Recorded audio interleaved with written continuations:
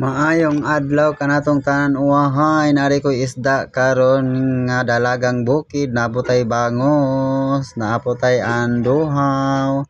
Nadiri akong mga kauban guys, so nagtapok gid sila karong adlaw guys, dagang kay mga motor-motor. Og nara ang ilang isda guys, dali ra nahurot. Napod akong amiga si nga Madam Tating unay tayo isda guys, so nga si Riri.